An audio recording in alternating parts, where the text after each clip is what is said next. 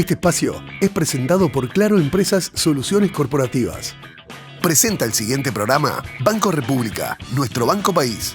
Empresarios de acá se realiza en el Hotel NH Montevideo Columbia.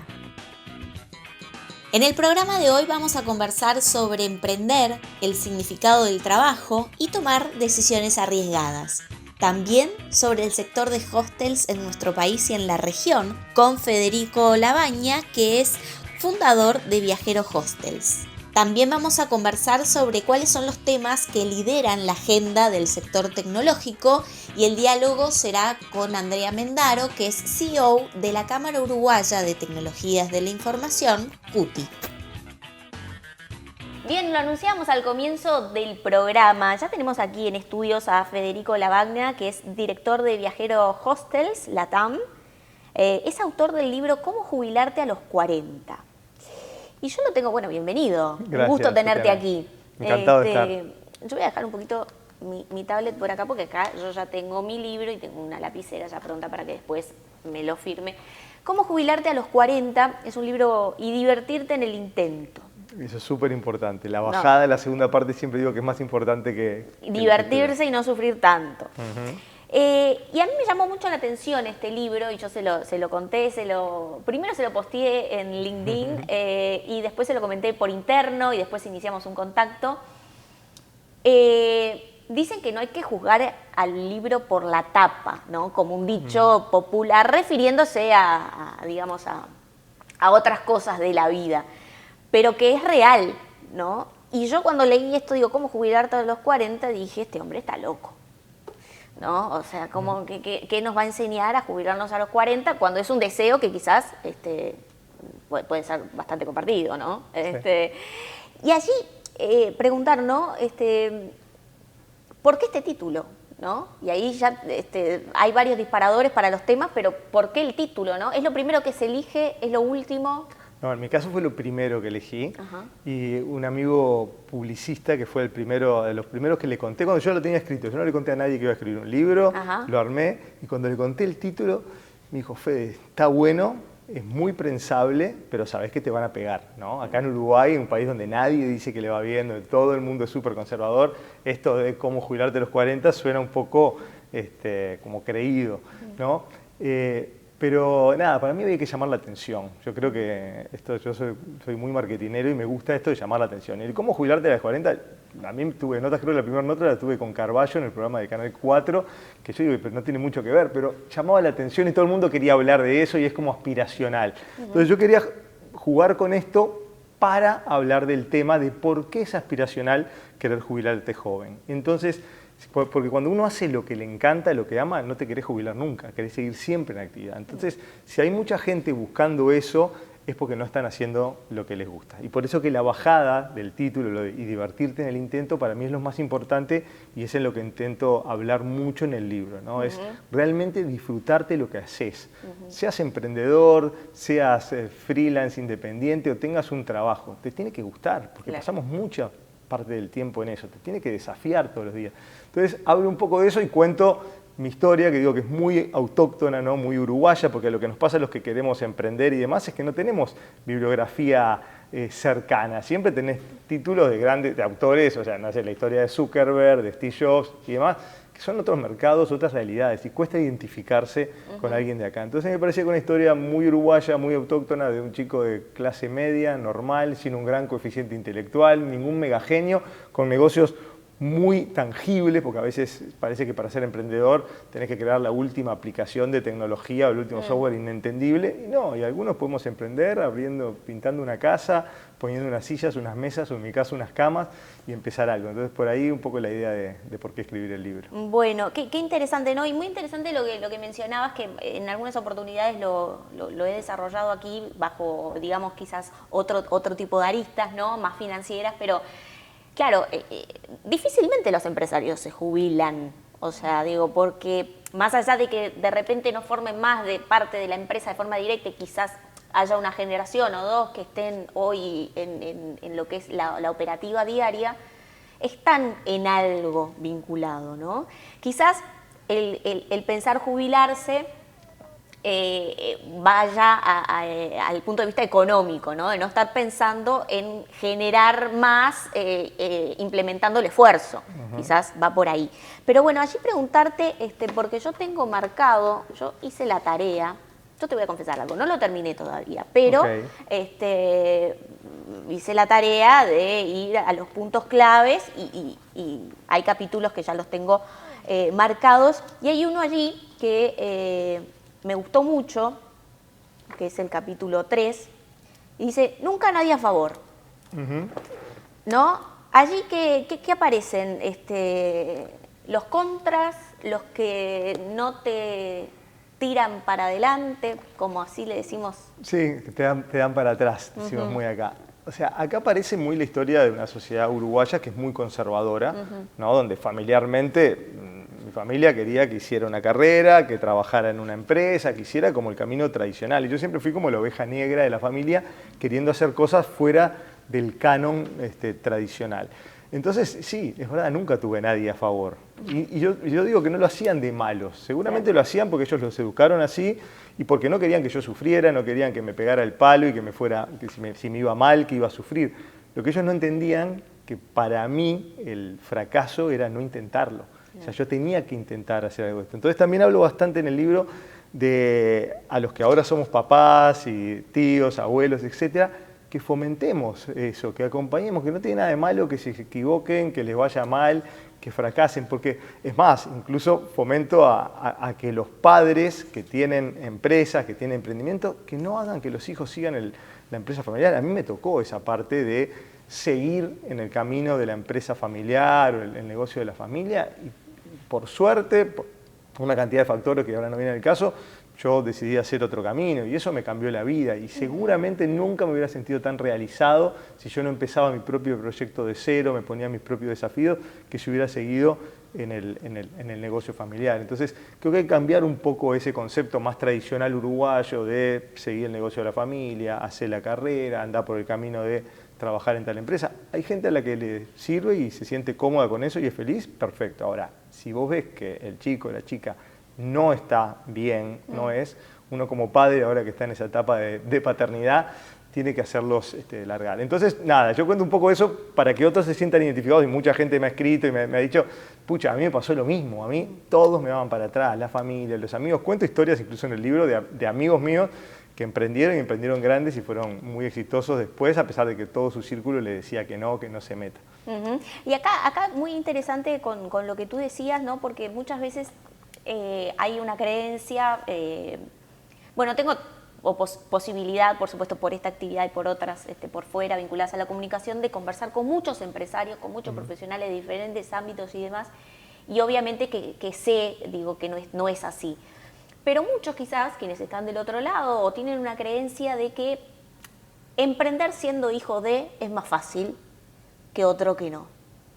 ¿No? Hijo de un empresario, ¿no? Y alguien que no tiene esos recursos y demás. Entonces hay como una creencia de eso.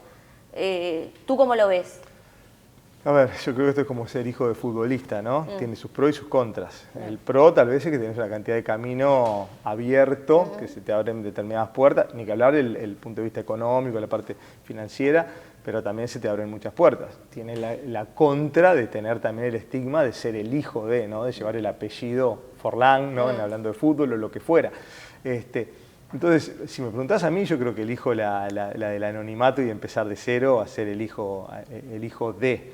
Pero si te toca ser el hijo de, podés perfectamente empezar tu camino y sacarte esa mochila encima y diferenciarte, ¿no? De lo que hizo tu padre, tu madre o quien fuera. Me parece que eso está bueno y es parte de.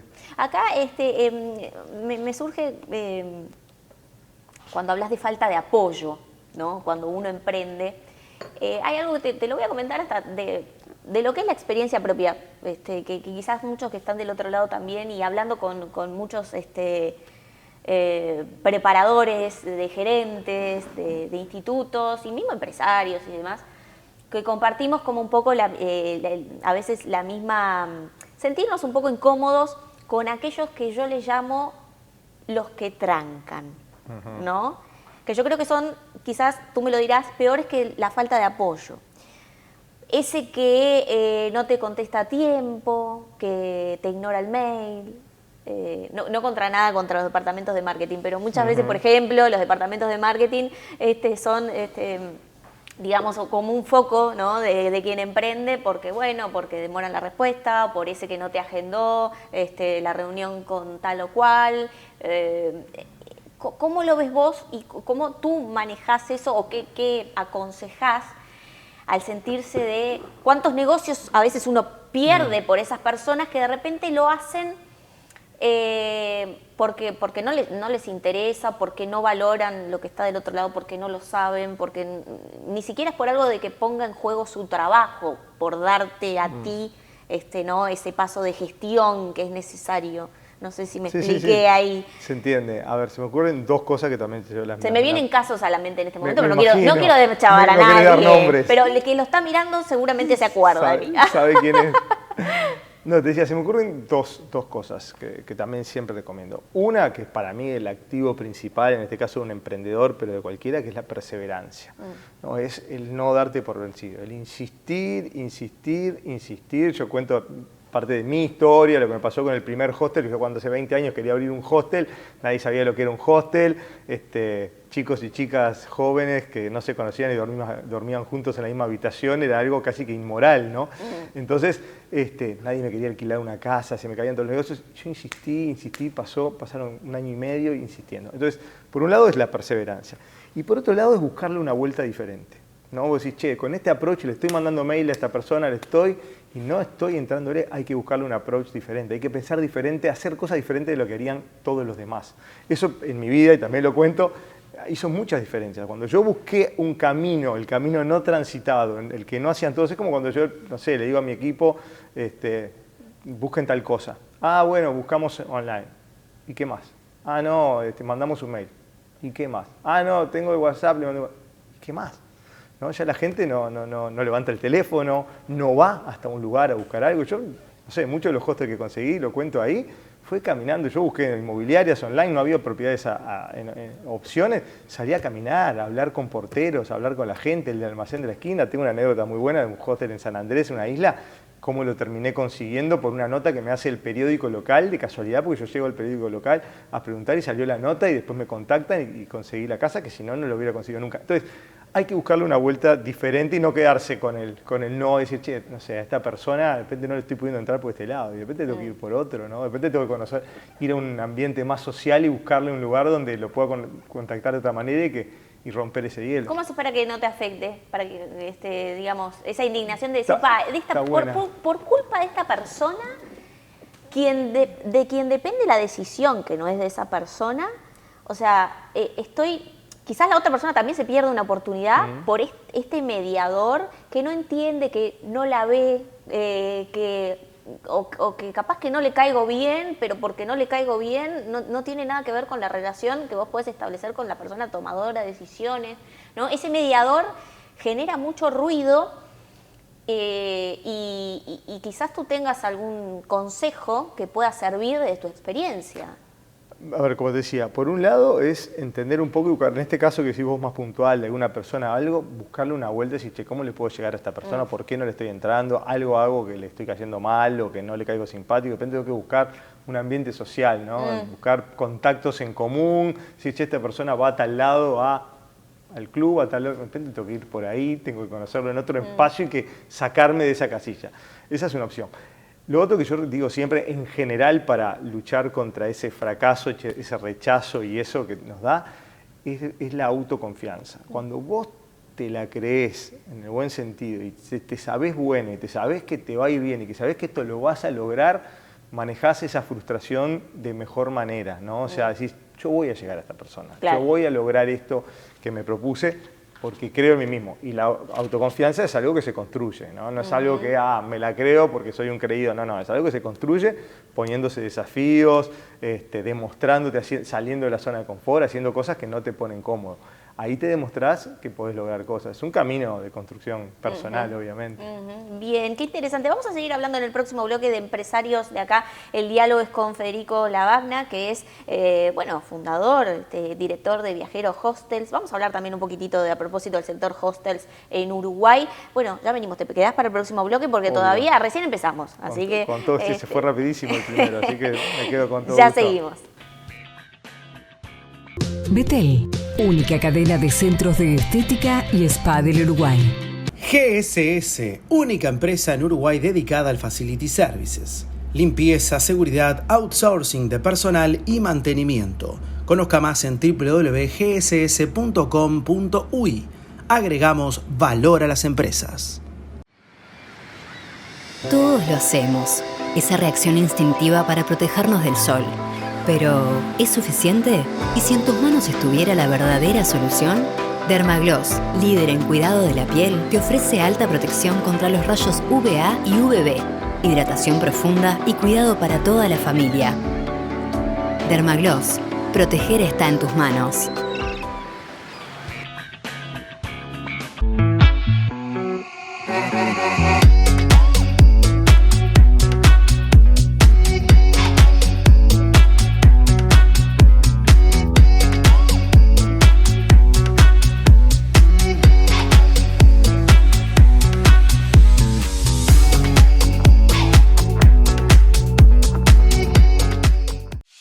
En un mundo cada vez más conectado, acceder a soluciones energéticas nunca fue tan fácil. En Tienda UTE podés contratar planes y adquirir productos para tu hogar o empresa desde cualquier dispositivo. Entrá a tienda.ute.com.uy y descubrí todo lo que necesitas para mejorar tu confort y eficiencia energética de forma fácil, rápida y accesible. Tienda UTE. Soluciones más cerca. UTE. Transformando con energía nuestro país. En tus obras, coloca aberturas de aluminio Patagonia, importadas de China, de alta prestación y a precios increíbles. Reconocidos constructores locales nos han elegido para sus proyectos con total éxito, mejorando sustantivamente la performance de los cerramientos y con importante ahorro de costos. Aberturas Patagonia, excelente calidad a precios increíbles. Presenta este espacio Compass Uruguay, soluciones para outsourcing de personal. Segundo bloque de empresarios de acá. Estamos en diálogo con Federico Lavagna, que es fundador de Viajero Hostels. Estamos hablando de temas que hacen, ¿no?, a su desempeño como empresario. Escribe un libro, Cómo jubilarte a los 40, editorial Paidós. Y divertirte en el intento, ¿no? Porque es difícil a veces contarle al otro que no entiende quizás que uno es emprendedor y que quizás lo que ven como un sufrimiento, por ejemplo, de no tener un ingreso estable, uno lo ve como la adrenalina pura. ¿Te ha sido difícil explicar eso? Sí, a ver, yo lo cuento, siempre cuando me hacen la pregunta ¿por qué emprendedor? ¿No? ¿Por qué decidiste emprender y no hacer otro camino? Y yo digo que mi motivación principal siempre fue mi afán por la libertad. Yo siempre quería ser libre. Desde chico, me acuerdo cuando en el liceo, para mí, yo necesitaba tener el verano libre, 3 meses. Entonces yo no era el estudiante más aplicado, pero llegaban los exámenes de diciembre y me encerraba porque esos 3 meses de verano eran intocables. Después cuando entré a la facultad y empecé a trabajar y demás, era como, pucha, pero ¿por qué tengo que tener 20 días de vacaciones al año? Yo no me niego a eso, yo quiero tener mis tiempos, ¿por qué tengo que ir todos los días? Ahora ya es mucho más común esto de trabajar sin horario y flexible, ¿no? Hace 30 y pico de años no era viable. Entonces yo sentía que necesitaba una libertad que solo me la iba a dar ser mi propio jefe, ¿no? Pero ser tu propio jefe también tiene sus contras, ¿no? Porque el estrés ese del emprendedor, de que dependés de vos mismo, de que dependés de que las cosas salgan, porque no tenés asegurado. Entonces, nada, a mí siempre me movió, y es la historia de mi vida, me movió esa libertad, me movió el disfrute, el pasármelo bien, ¿no? Yo siempre entendí que la vida era una, que no había revancha y que me lo tenía que pasar bien.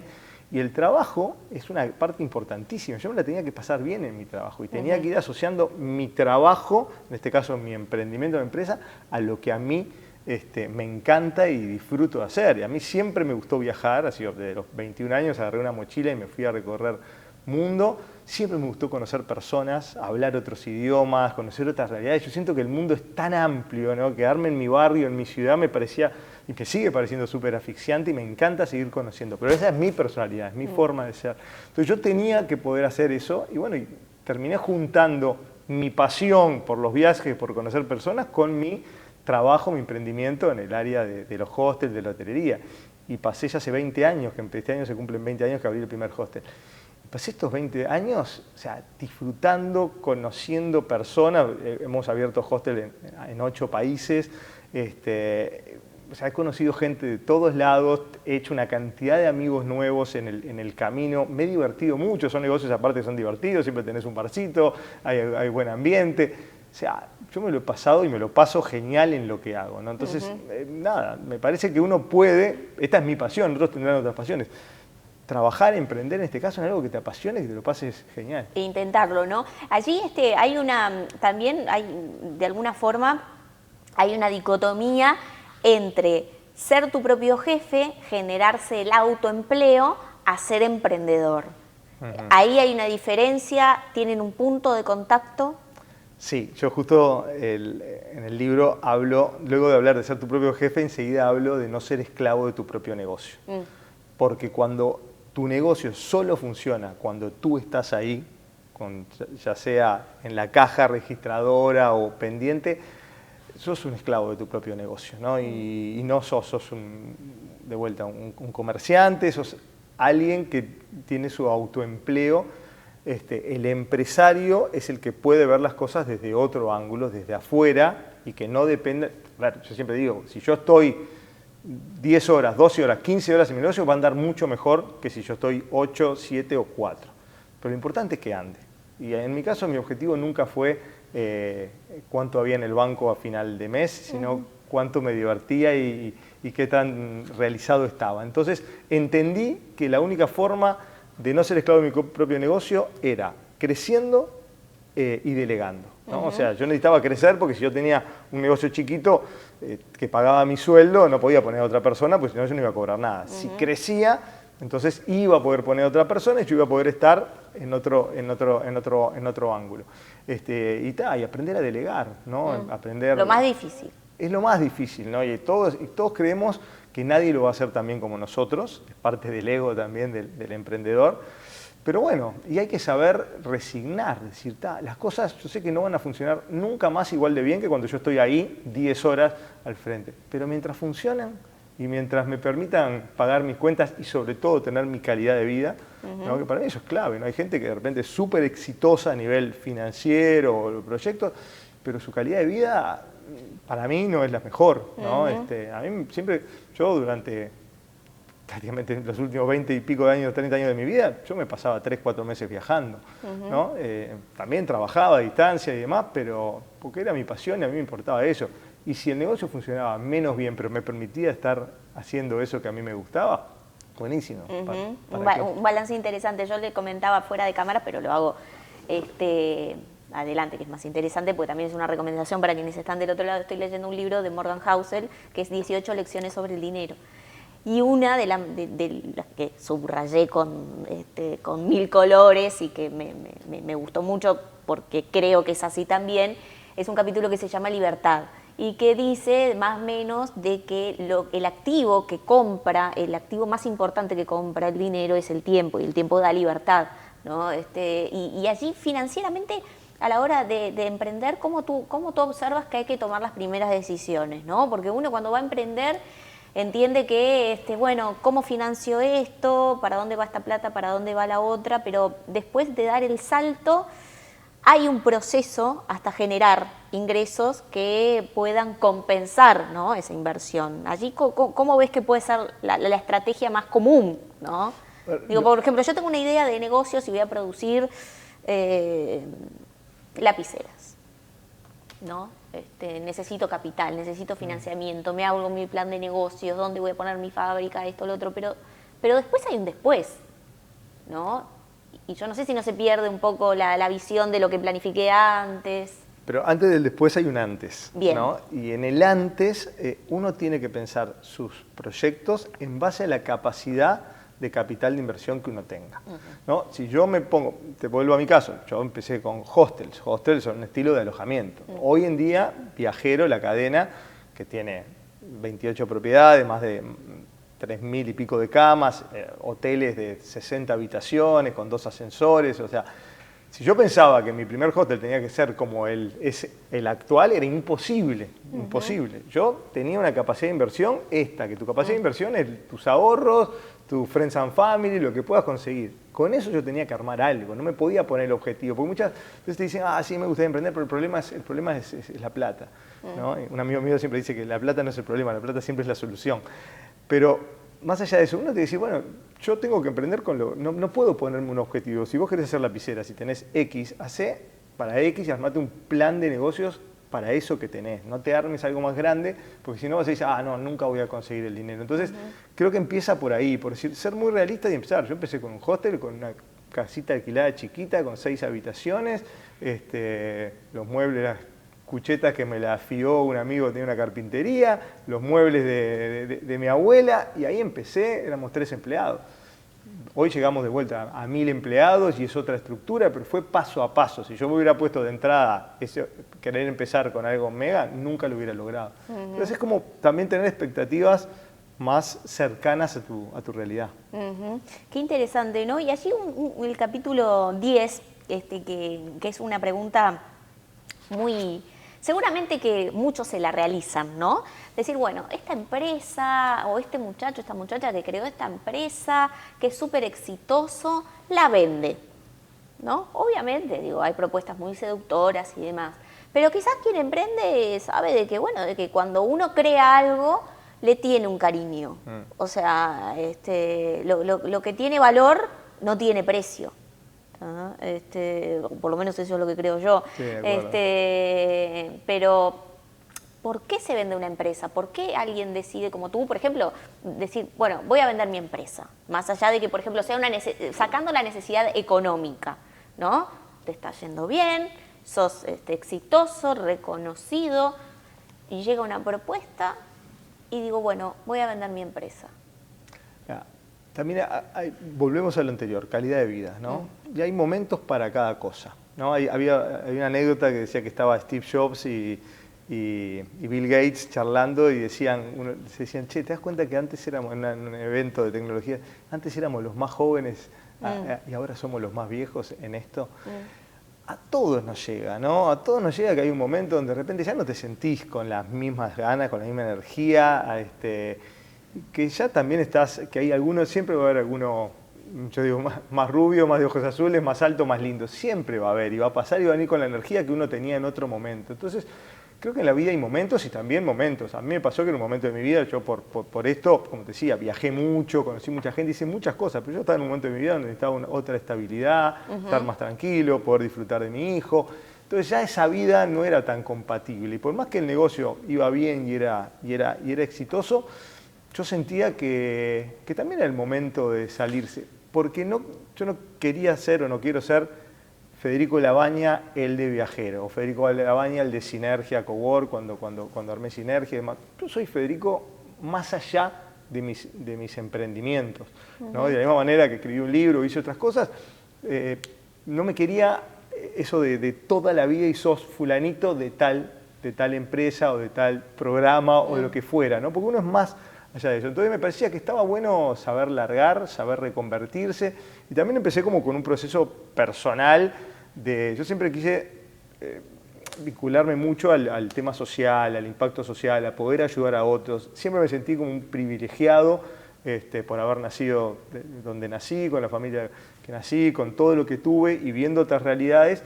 Siempre quise devolver, y la verdad es que lo he hecho durante mi vida laboral, empresarial, pero en mis ratos libres, en mis tiempos de costado. Digo, ¿por qué no, en algún momento cuando yo esté más estabilizado, poder dedicarme más a eso? ¿Por qué no dedicar más mi talento? Porque todos tenemos algún don, todos somos buenos para algo, mi experiencia, mi red de contactos, en lugar de dedicarla a mí, a seguir creciendo yo económicamente y en proyectos, ¿por qué no dedicarla al tema social? Entonces en un momento dije, ¿sabes qué? Voy a dedicar la mitad de mi tiempo al impacto social y la mitad de mi tiempo a lo que me da de comer. Y en un momento dije, pará, ¿y qué pasa si dedico el 100% al impacto social y vendo la empresa, genero un patrimonio que me permite una estabilidad financiera y que no tenga que estar pendiente de ese trabajo de mi empresa para el día a día? y puedo dedicar esto que te decía al impacto social. Entonces fue como una cantidad de cosas que me fueron cayendo y por eso fui tomando esa decisión, que no fue fácil. En mi caso, aparte no era que me venían a golpear la puerta para comprarme, tuve que salir a buscar un comprador y armar una estrategia, pero hoy estoy muy contento con el resultado y cómo se ha dado. Bien, bueno, preguntarte, Viajeros Hostels, ¿tú sigues dirigiéndola? Yo hace 6 años vendí la mayoría de la empresa a un fondo de inversión, quedé como accionista y los primeros años como CEO de la compañía, ya hace casi 3 años que me retiré del rol de CEO, he quedado en un rol, soy miembro de junta directiva y he quedado en un rol ejecutivo, cada vez menos operativo, y hoy estoy más que nada en la parte de expansión, en las nuevas aperturas, nuevas propiedades. En eso tengo un rol más ejecutivo y por eso todavía sigo viajando y yendo a ver nuevas oportunidades. Es decir, cuando tú tuviste la época de los 20, viste en el mundo los hostels, lo descubriste y empezaste acá en Uruguay. Empecé en Montevideo. ¿En Montevideo fue el primer hostel? En Montevideo fue el primer hostel, año 2005, por eso ahora vamos a hacer 20 años. Bien, ¿y hoy cuántos hostels están bajo en este momento tu dirección, digamos, ¿no? De alguna manera. Sí, son parte de la empresa. No, yo me siento muy orgulloso porque es una cadena fundada en Uruguay, ¿no? Y es la cadena número 1 de Latinoamérica de hostel, la más grande, la más prestigiosa. Recientemente premiada, ¿no? En Colombia. Sí, es un sitio internacional de todo el mundo que premia en diferentes regiones y nosotros ganamos como la mejor, por segundo año consecutivo, la mejor cadena de Latinoamérica, lo cual está muy bueno y es un premio que aparte te dan los usuarios, ¿no? Votado por los propios clientes. Hoy estamos en 8 países, 27 hostels, 27 ciudades, destinos, desde Estados Unidos hasta Argentina. Bien, qué interesante. Y allí preguntarte, ¿no? ¿Cómo ves el mercado de hostels aquí en Uruguay? ¿Cómo viene ese desempeño? Porque te quiero decir que me está sacando varios prejuicios. Primero el de que te juzgué el libro por la tapa, y después el de los hostels, ¿no? Porque muchas veces uno lo asocia al mochilero, a otro estilo.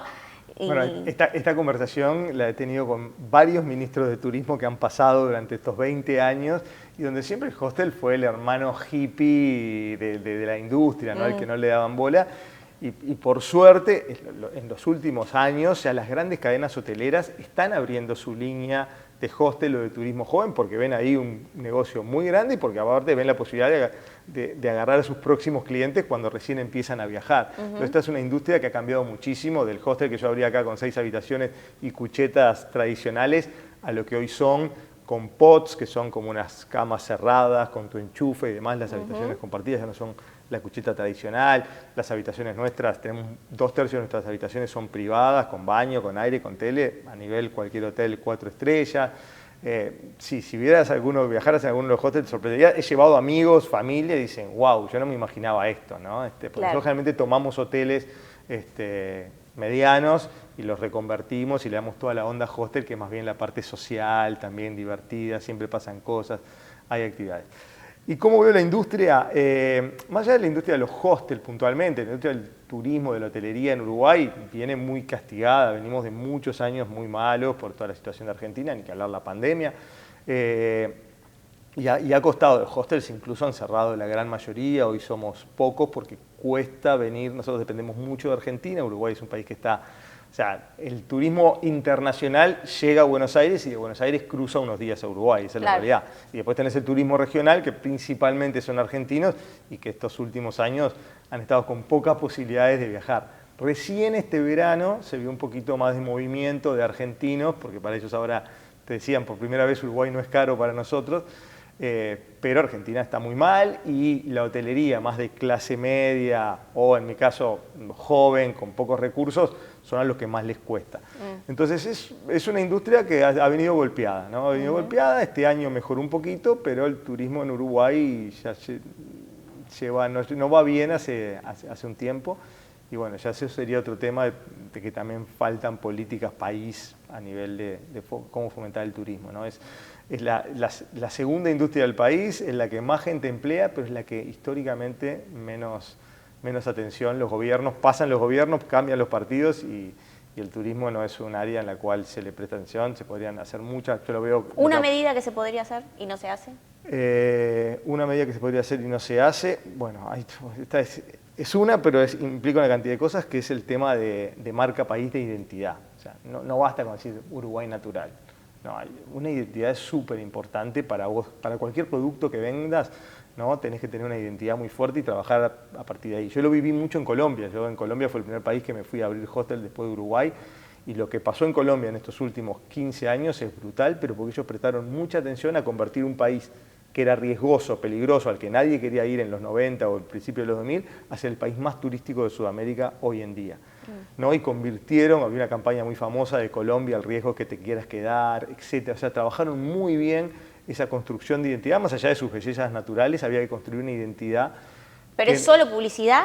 No. ¿Qué obvio. sería? No Por es, ejemplo, para no, que no entiende, está del otro lado. No, a ver, son muchas estrategias que tienen que ver también, por ejemplo, con cómo trabajas el turismo interno, que también acá es algo que no se ha fomentado y es algo que se trabaja mucho más desde el lado aspiracional. Crear esa identidad para promocionarla, o sea, sí tiene que haber una promoción y tiene que haber publicidad, pero tiene que haber algo que sea consistente para que la gente quiera venir. Sí habría que meterle mucho más, pienso, a una estrategia para el turismo. Generalmente son acciones aisladas. Uno ve en todos estos años acciones aisladas, publicidades, pero no una estrategia pensada en cómo vamos a llegar a este público, cómo lo vamos a traer, cómo Uruguay se vende en el mundo. Uruguay, desde mi punto de vista, no tiene una identidad clara en el mundo como otros países tienen que venden esto, ¿no? Y eso hay que trabajarlo mejor. Siempre es la última y nunca es la última, y es el error periodístico más común. Pero brevemente te pido que me definas cómo es el asistente de un hostel. ¿Qué perfil tiene? Porque uno imagina, o sea, digo, yo me estoy desprejuiciando contigo. El cliente, sí. El cliente. El que va a un hostel es súper variado, ya no es solamente jóvenes, ¿no? Porque uno pensaría joven, yo digo que es un tema de jóvenes de espíritu. Tenemos huéspedes de 70, 80 años que tienen más actitud que chicos de 20, pero en general es un público con un perfil joven que lo que busca principalmente es socializar, es conocer otras personas. Yo el otro día lo decía en una charla también, ¿cuánto hace, decían los asistentes, cuánto hace que ustedes en un viaje no hacen amigos? Porque cuando tenemos a viajar, viajamos, nos quedamos en hoteles, claro, vamos, hacemos allá, vamos con familia, pareja, amigos, quien fuera, y para mí eso es fundamental. Se perdió eso que yo lo hacía con 20 años de mochilero y que lo sigo haciendo ahora, porque sigo haciendo a hostel y sigo conociendo gente. Ahora estuve la semana pasada, que hablábamos antes, estuve en Colombia, en uno de nuestros hostels que abrimos nuevo, y tomando la clase de yoga en la mañana en el muelle del hostel, conocí unos alemanes, después de la clase nos quedamos charlando, después fuimos un rato, tomamos algo, nos vimos de noche, comimos, generamos después una pareja de suizos también. Generé una amistad, o sea, generé una relación en esos días y eso es algo fundamental. Entonces, los que buscan a hostel, si bien sí son perfil joven, es gente que está buscando esa interacción con otros. Y podés ir perfectamente a una habitación privada con los mismos lujos que cualquier hotel, pero vas a tener posibilidad de conocer personas, hacer amigos, conocer historias y ese es el perfil de nuestros clientes, buscan eso. Bueno, me convenciste de dos cosas. Primero, de buscar jubilarme a los 40 y divertirme en el intento, y después ya te comprometo a que voy a ir a uno de los viajeros hostels a Colombia. Perfecto. A vivir esa experiencia. Perfecto. Y después te cuento. ¿Tá? Estás invitada, te tomo la palabra. Tómame la palabra. Federico Labaña, que es fundador de Viajeros Hostels, el autor de Cómo jubilarte a los 40 y divertirte en el intento, de Editorial Pay 2. Y agradecerte que hayas venido. Te invito en otra oportunidad y pedirte que me autografíes el libro, por supuesto. Así que con esta imagen nos vamos. Así que nos vamos a la próxima pausa del programa. Gracias a ti por la invitación. No, por favor, pasé bárbaro. Por favor.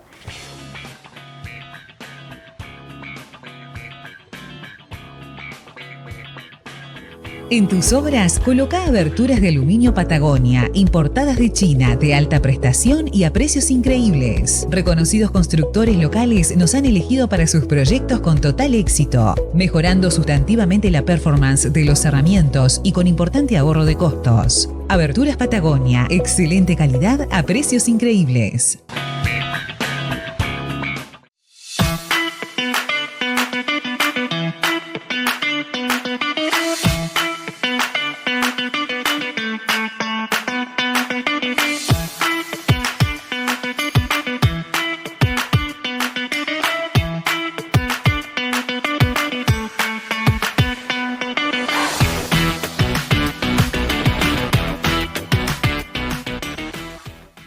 En el Banco República guardamos los sueños de las pymes uruguayas y las ayudamos a crecer. Abrí tu cuenta sin costo. Obtené tu crédito express en menos de 48 horas con la tasa más conveniente del mercado y resolvé todo por eBrow. Si tenés dudas, agendate en tu sucursal de preferencia o solicita asesoramiento por WhatsApp al 21996 000 o al 1996 opción 6. Banco República, nuestro banco país.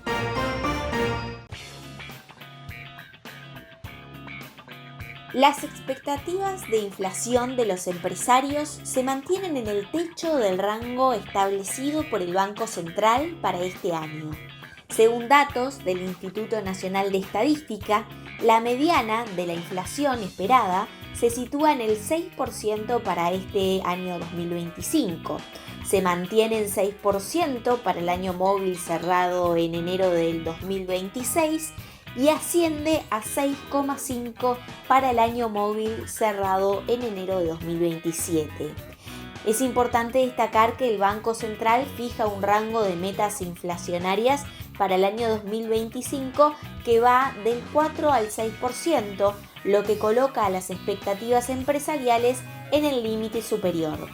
Estos valores, sin cambios en los últimos meses, reflejan la percepción estable del sector empresarial en un contexto económico lleno de desafíos.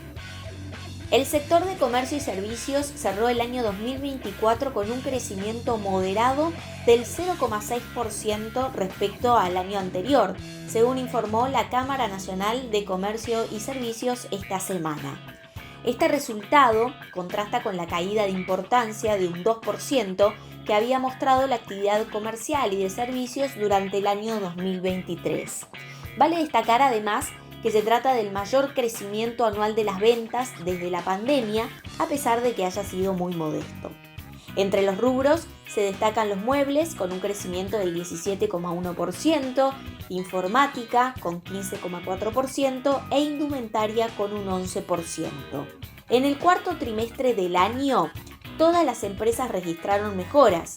Las medianas subieron un 8% y las microempresas que venían en retroceso pasaron a un terreno positivo.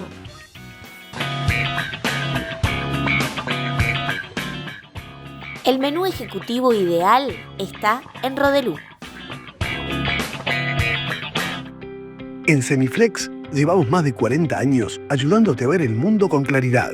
Nuestra trayectoria se basa en la excelencia técnica y el compromiso con la innovación, siempre a la vanguardia en tecnología óptica. Contamos con un equipo altamente capacitado que te brindará un asesoramiento personalizado para encontrar la mejor solución para tu visión. Confianza, calidad y precisión en cada detalle, porque tu bienestar visual es nuestra prioridad. Semiflex, tu mejor manera de ver el mundo. Bien, tercer y último bloque de empresarios de acá. Vamos a hablar de software, vamos a hablar de tecnologías de la información, de hardware, de todo lo que incluye las TI. Andrea Mendaro, que es CEO de la Cámara Uruguaya de Tecnologías de la Información, CUTI, bienvenida. Bueno, Primera vez en el programa, un gusto tenerte. Gracias por la invitación. No, un placer. Bueno, hablar de la industria de la tecnología de la información, bueno, es uno de los sectores más dinámicos y estratégicos, ¿no? En lo que hace a la economía nacional. Representa aproximadamente el 4,3% del PBI. Bien. 4,4 de los datos del último año. Bien, sí, perfecto. 4,4 y es uno de los rubros exportadores más importantes, ¿no? Exacto. ¿Cómo estamos allí? Bueno, en la última encuesta relevada, que es datos 2023, ahora comenzamos a procesar datos 2024, es el quinto rubro exportador del país, para que tenga una magnitud, o sea, se mida la magnitud que tiene después de productos y después del turismo, que sería el sector servicios, es el quinto rubro exportador en servicios, ¿no? Allí, ¿cuántas empresas hoy tecnológicas hoy están más o menos, digamos, en actividad en Uruguay? Ahí está, hay un entorno de 500 empresas, de las cuales 400, más de 400 están nucleadas en CUTI, es la más representativa, digamos, la representatividad en la Cámara. Bien, y allí, Andrea, en este conteo, ¿no? ¿Se incorpora, digamos, el profesional independiente, el unipersonal? ¿Cómo es el conteo, ¿no? de lo que es empresa separado de, por ejemplo, del autoempleo, freelance? Claro. No, en este caso estamos hablando de empresas de 5 empleados o más, que nosotros llevamos con indicadores tanto del BPS como lo que es de pequeña y mediana empresa, ¿no? No consideramos las unipersonales. Bien. Allí, ¿cómo entiendes tú que está el empleo en la actualidad, ¿no? Porque el año pasado, más o menos a esta misma altura del año, conversábamos con quien era entonces el presidente de la CUT, Carlos. Y bueno, marcaba algunas series de desafíos y demás, y han pasado cosas que, por ejemplo, ha caído un poco la demanda de Estados Unidos en términos de servicios, uno de los principales destinos, tú me lo explicarás mejor, pero ¿cómo un poco se está estructurando o visualizas este año? Bueno, ahí va. A ver, el sector es principalmente, las empresas nuestras, principalmente lo que producen son servicios, ¿no? Lo que venden son horas de desarrollo, no tanto producto, no tanto propiedad intelectual y licencias. Entonces, lo que es la venta de servicios requiere personas, ¿no? Talentos calificados para trabajar en la producción de software, ¿no? Obviamente que la base de eso son las personas. Este año, y eso fluctúa en función de la demanda, ¿no? Cuanto más demanda, digamos, de desarrollo hay, cuanto más proyectos se logran colocar, más demanda de talentos va a requerir siempre la industria.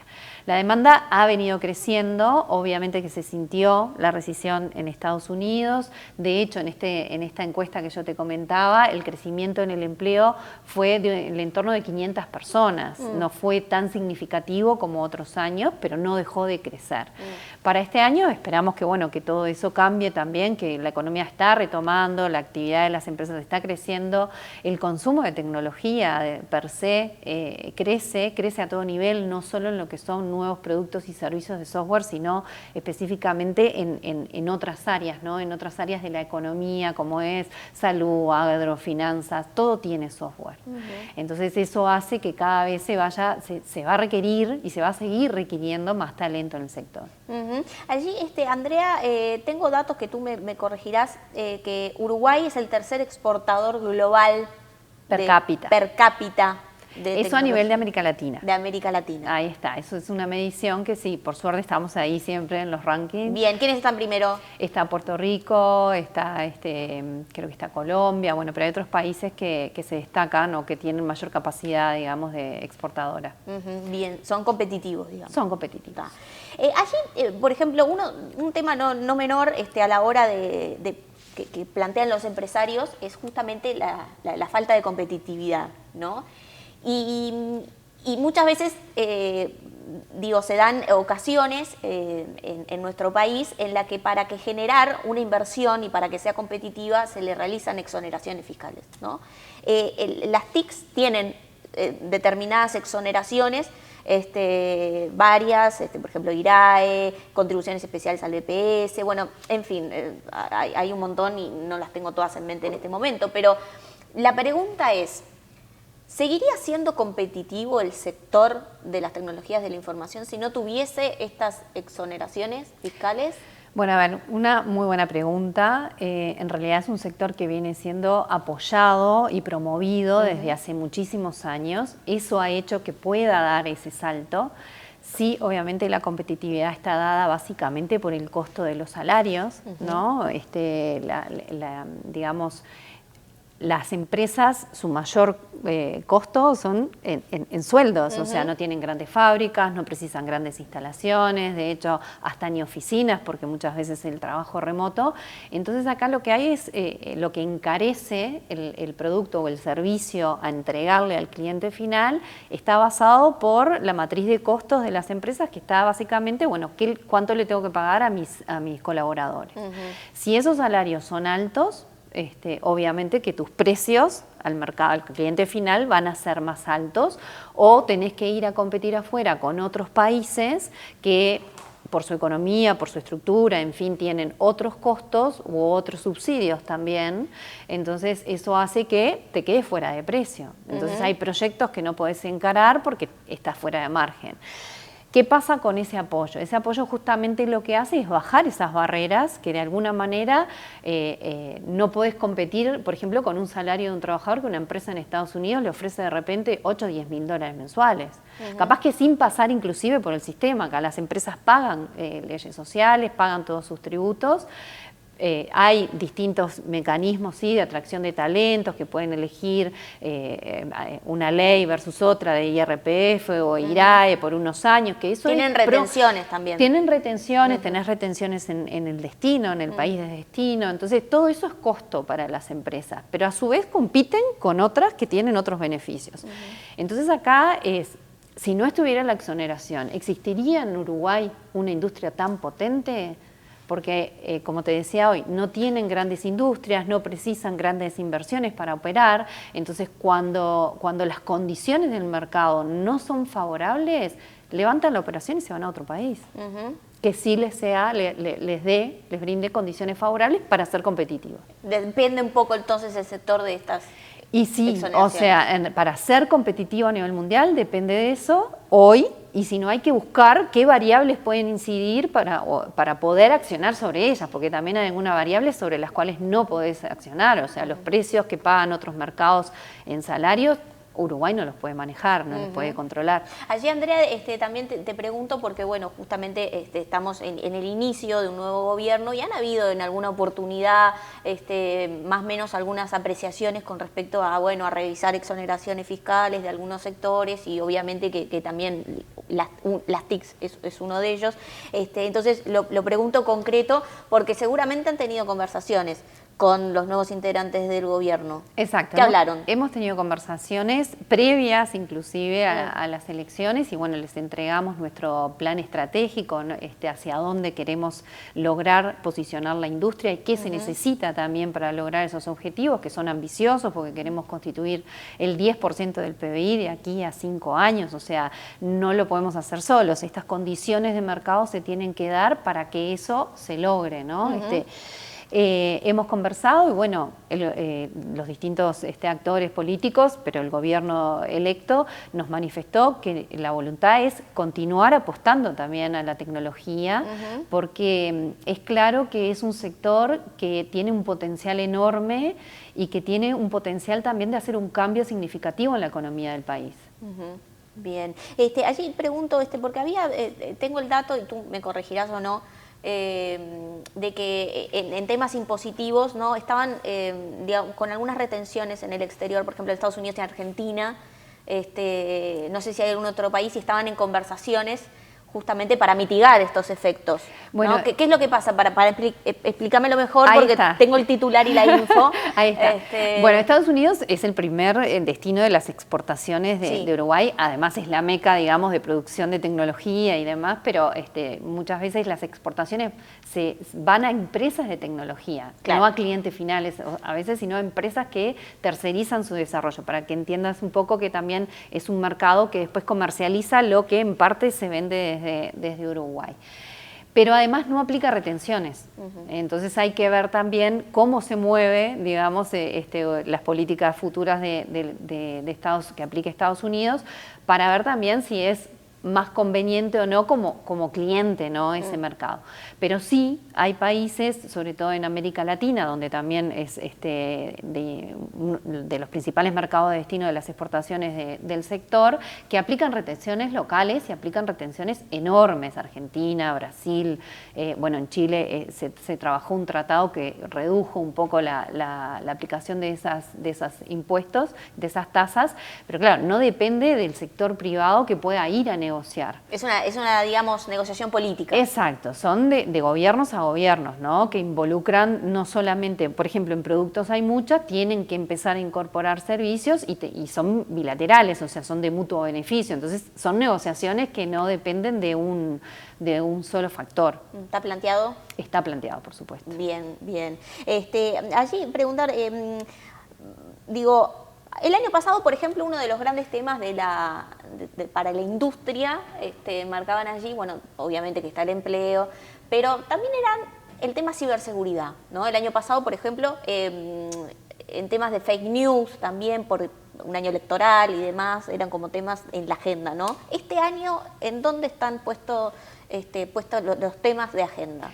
A ver, ciberseguridad es importantísimo siempre, no es un tema, sí es un tema de agenda y es un tema que cada vez hay que sensibilizar más a todos nosotros, ¿no? Usuarios de tecnología, grandes empresas, la vulnerabilidad de los datos, o sea, ciberseguridad es un tema presente siempre, digamos, y que queremos que cada vez permee más. ¿no? Que no sea solamente de empresas de tecnología o de bancos, o que cuando ocurre un ataque, bueno, ahí todos nos preocupamos.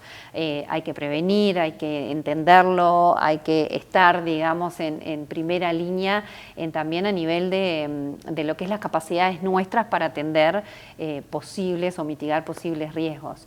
Pero también el tema de la inteligencia artificial es un tema importantísimo que impacta en todo, no solamente en empresas de tecnología, sino que nos va a impactar absolutamente en todo.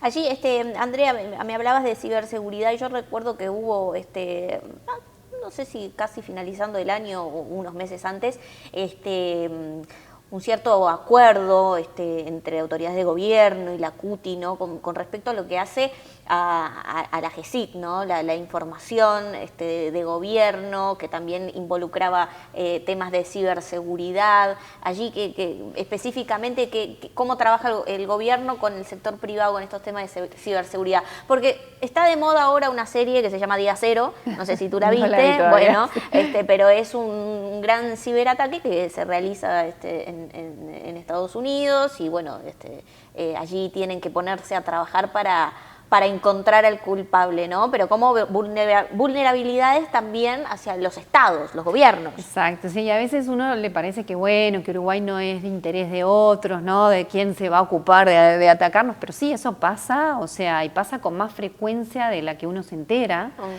Son temas que si se quiere se habla poco, por eso te decía de que tienen que ser temas más de agenda, y sí, por suerte tenemos un vínculo muy cercano en el diálogo con AGESIC y otros actores, que de hecho también se está elaborando la Estrategia Nacional de Ciberseguridad, en la cual muchas empresas de la Cámara estuvieron involucradas, y ese diálogo es permanente, no es que empezó y terminó, se armó una agenda y listo, es del día a día y siempre va evolucionando hasta a veces más rápido de lo que nosotros lo atendemos. Andrea, preguntarte para finalizar, y desde ya te dejo la invitación para otra oportunidad, porque son un montón los temas que quiero hablar contigo. Además, Andrea, una persona referente en la CUTI. ¿Ya cuántos años? Van a ser 20. 20 años, así que imagínense todo lo que sabe Andrea y no la estoy sabiendo aprovechar del todo, así que te invito en otra oportunidad. Pero preguntarte, ¿no? Perspectivas de lo que es para este año de crecimiento del sector, de empleo, ¿qué se habla en la CUTI? Bueno, ya te digo, nosotros nuestra meta, y es ambiciosa, es lograr de aquí al 2030, en los próximos 5 años, constituir el 10% del PBI, generar al menos 15.000 nuevos puestos de trabajo directos. ¿Hoy es el 4, Hoy es el 4, o sea, en 2023, 4,4 con más de 20.000 empleos directos, ¿no? Y 50.000 empleos indirectos. Es una industria sin techos, sin chimeneas, entonces... ¿Y la meta es? La meta es constituir el 10% del PBI, ahí está, de aquí a 2030, o sea, aumentar 15.000 empleos directos.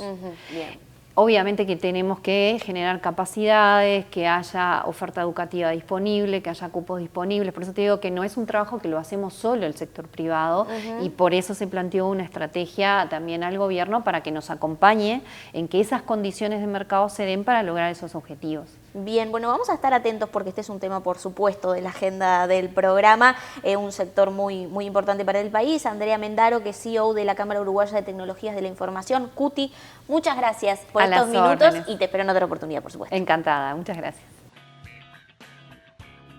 La contratapa de hoy es presentada por GSS Facility Services, soluciones de gestión en servicios complementarios para empresas. En el programa de hoy hablamos de cómo jubilarse a los 40 y divertirse en el intento. En realidad este es el título de un libro, el libro de Federico Labaña, que lo tuvimos aquí conversando, que es un empresario y que dedicó su tiempo para escribir este libro con una especie de guía y tips a la hora de emprender, ¿no? Y de qué es lo que tiene que tener en cuenta el emprendedor, también para sortear ciertas dificultades y, como dice la bajada de ese libro, divertirse en ese intento. Así que los invito a repasar esta entrevista muy interesante. También hablamos de las tecnologías de la información, de toda esta industria tan dinámica en nuestro país. Uno de los objetivos es que para el 2030 crezca, de que hoy genera alrededor poco más del 4% del PBI, que pueda llegar al 10%. Objetivos bien claros que marcan los empresarios de la industria tecnológica y que hoy hicimos una puesta a punto en el programa. Yo los espero en la próxima edición de Empresarios de Acá, como siempre, viernes, 21 horas, con los temas que importan en la voz de los empresarios. Los espero.